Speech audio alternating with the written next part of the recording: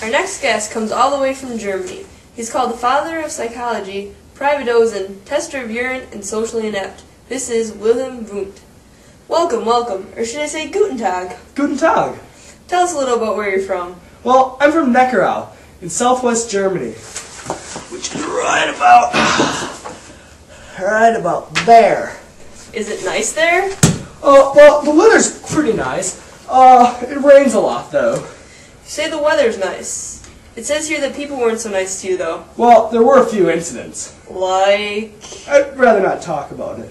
Well, it says here that you were told to become a mailman. Is that true? Well, I was a daydreamer. I didn't want to go to school, and it showed in my grade. Everybody said to drop out, because if I dropped out, I could become a mailman. Could this have also had something to do with your friends? I had lack thereof? I had friends. Well, if you include the one retarded boy.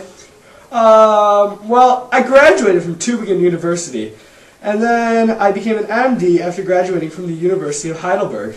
I would say I had friends then. Whatever you say. I heard you studied urine. A very interesting topic. And you even published material on it? Natürlich. It was my first publication, to be exact. It was called On the Sodium Chloride Content in Urine. Fascinating. Fascinating, I'm sure. Tell me a little about the rest of your career. Well, I was a Privadosen. Very, very prestigious. I was also a professor of inductive philosophy. Finally, I opened my own psychology lab, the first in the world. It was called the Institute for Experimental Psychology. You seem quite, should I say, spacey? I'm introspecting. Doctor, you're in the middle of an interview. Could you please stay focused? I'm analyzing my thoughts about this interview. It's the essence of psychology. Isn't introspection highly inaccurate? Describing stimuli in basic terms is elementary at best. Anyone could do it. How could it possibly be inaccurate? Sure. So what type of theory do you study? Theory? Not theory. I study structuralism, which, in fact, is fact, not theory. Structuralism? Yes, breaking down a consciousness into structural elements. My life's work, all my research, my lab, everything. Don't you know that structuralism fell out of favor with psychologists over 80 years ago? There is no other explanation. Structuralism is the answer. Okay. Please calm down, Doctor. Don't disturb any of those mental elements. Tell me more about your experiments. Well, my first experiment was a stroke of genius. You see, I took a ball, and I dropped it. The participants would then press the telegraph button as soon as the sound was to be heard. Then I dropped the ball a second time, but this time they pressed the telegraph button as soon as they were consciously aware of hearing the sound. It was genius.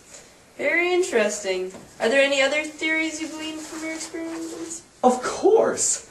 Is that even a question? Memories and thoughts are all one mental process. In addition, memories are not simply retrieving your past thoughts. They're recreating past experiences.